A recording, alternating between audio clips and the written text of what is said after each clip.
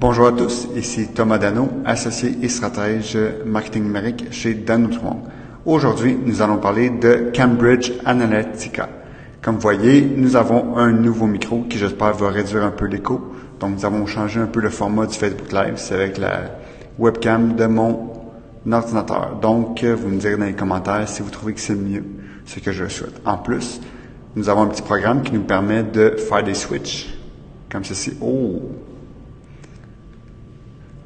Et comme ceci. Bref, fini la magie. Nous allons parler maintenant de Cambridge Analytica.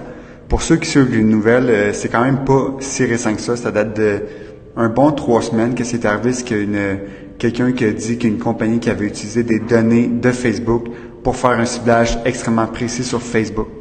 Cette compagnie-là s'appelle Cambridge Analytica. À première vue, c'est pas si spécial que ça, utiliser un ciblage très précis. Je veux dire, n'importe quel marketeur finit par faire ça un jour dans sa vie, d'avoir un ciblage qui cible très peu de personnes. Le problème de toute cette histoire-là de Cambridge Analytica et Facebook, c'est que Cambridge Analytica avait accès à 50 millions de profils Facebook. Comment il avait accès? C'est de ça qu'on va parler.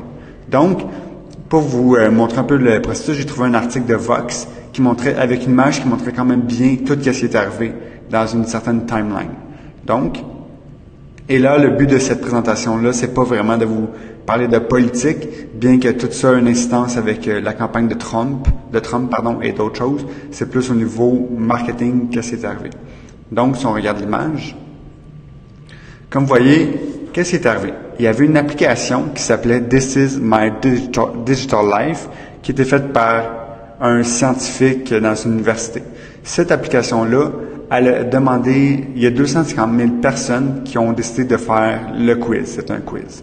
Par contre, et c'est là un des gros problèmes que Facebook a eu, Facebook permettait à travers un certain loophole qui disait, c'est pas tant un bug, mais c'est comme une faille qu'il y avait dans le système, permettait à une application qui demandait que quelqu'un activait. L'application leur disait, veux-tu me donner accès à tous tes amis? Puis la personne disait oui, et ça faisait que l'application avait accès à toutes les données de la personnelle de tous ses amis. En pratique, ça montre que 270 000 personnes qui ont fait le quiz, et ça a donné accès à 50 millions de profils Facebook. Et maintenant, là où c'est négatif, c'est que Facebook, ça c'était environ en 2014-2015, Facebook, pas longtemps après, il a coupé ça parce que le monde se sont plaints, ce qui est très normal. Oui, si quelqu'un accepte de donner ses données à une application, c'est une chose, mais si en plus ça implique tous ses amis, ça devient une grosse problématique. Imaginez comme là, 270 000 personnes égale 50 millions de profils. Imaginez une application avec 1 ou 2 millions, qu'est-ce que ça peut donner comme chiffre? Donc, Facebook a coupé ça. Par contre, qu'est-ce qui est arrivé? C'est une des choses que les gens reprochent à Facebook. Facebook n'a pas prévenu les 50 millions de personnes que leurs données avaient été prises. Ou sinon, il n'a pas fait d'action pour dire, ça existait, c'est un certain loophole que certains gens ont exploité, ça, c'est pas bon. Donc, qu'est-ce qui est arrivé? Il a juste coupé le pont, puis il a comme pas vraiment fait de message générique pour ça. Donc, si on revient à, c'est quoi Cambridge Analytica? Comme vous voyez, il y a 50 millions d'utilisateurs qui ont eu leur profil donné. Qu'est-ce qui est arrivé? C'est que ça a été, comme on voit, construit par un chercheur, à l'université de Cambridge. Ça a été vendu. Puis ça qui est un peu aussi une autre zone grise, au départ, c'est pas Cambridge Analytica qui a fait l'application. C'est quelqu'un d'autre qui a vendu ça à Cambridge Analytica. Ce qui est un peu weird parce que t'es pas supposé pouvoir transférer ces données-là. C'est comme, c'est ton application, c'est tes données. Mais là, comme une zone grise de quelque chose qui est arrivé, qui est les données qui sont partagées. Ce qui est pas très cool. Donc, Cambridge Analytica. Puis ensuite, comme vous voyez dans l'image, il y a d'autres choses comme, dans le fond, c'est un peu plus complexe. Il y a comme un groupe, comme on voit ici, qui s'appelle SCL, qui a comme fait les données avec un certain Steve Bannon, puis qui a convaincu quelqu'un de fonder ça, puis qui a introduit Cambridge Analytica à Trump, etc. Mais tout ça, c'est plus de la politique. En gros, si j'avais à résumer, une compagnie a exploité un loophole qu'il y avait dans Facebook pour donner accès à tous les profils des amis.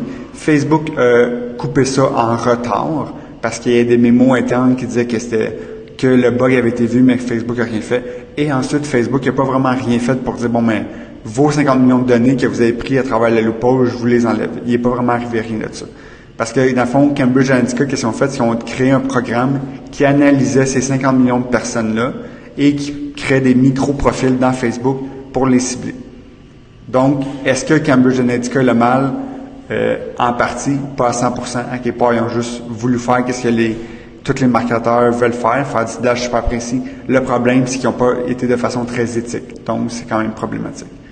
Maintenant, c'est quoi l'impact que ça a? Parce qu'on me le demande souvent à mes clients ou même d'autres professionnels. C'est quoi l'impact que ça a dans notre day-to-day? Je vous dirais, ça n'a pas d'impact si vous n'avez pas des clients qui dépensent des millions à chaque jour. Mais c'est faux. De plus en plus, Facebook, qu'est-ce qui est arrivé? Premièrement, il a coupé tout le monde qui voulait créer des applications Facebook, que ce soit des chatbots ou d'autres applications. Il a mis sur pause le processus de review. Donc, tu peux pas créer un chatbot actuellement, tu peux pas créer une application à cause de ça. Ensuite, dernièrement, c'est pas exactement lié à ça, mais c'est quand même proche. Il a coupé, quand tu crées une audience personnalisée, tu peux plus voir le nombre de personnes qu'il y a dedans. Quand tu les cibles à travers une campagne. Pourquoi? Parce qu'il y a du monde qui sont amusés à utiliser la façon dont Facebook comptabilise les données pour pouvoir identifier certaines personnes de façon précise dans une audience personnalisée, ce qui est contre les règles d'utilisation. Donc, l'impact que ça a actuel, c'est des impacts mineurs, sauf bien sûr si vous pensez lancer un chatbot et que tout d'un coup, vous ne pouvez pas, c'est quand même un impact majeur. Qu'est-ce que ça a apporté dans l'avenir? Plus de réglementation, comme même là, je ne sais pas si c'est bientôt ou à partir de maintenant, quand on me donne une audience personnalisée à Facebook, genre une liste d'emails, il faut dire à Facebook, oui, je jure que ces données-là, ces gens veulent recevoir du contenu de ma part. Ce qui est donc quand même plus poussé parce qu'avant, techniquement, n'importe quelle liste, c'était comme une zone grise de si on pouvait les cibler ou non. Donc, il y a ça qui a été racheté.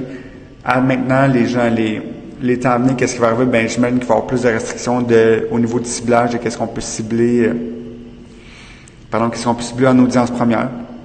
Même aux États-Unis, il y avait des dimensions dans Facebook qui s'appelaient des dimensions des partenaires de Facebook. Donc, admettons,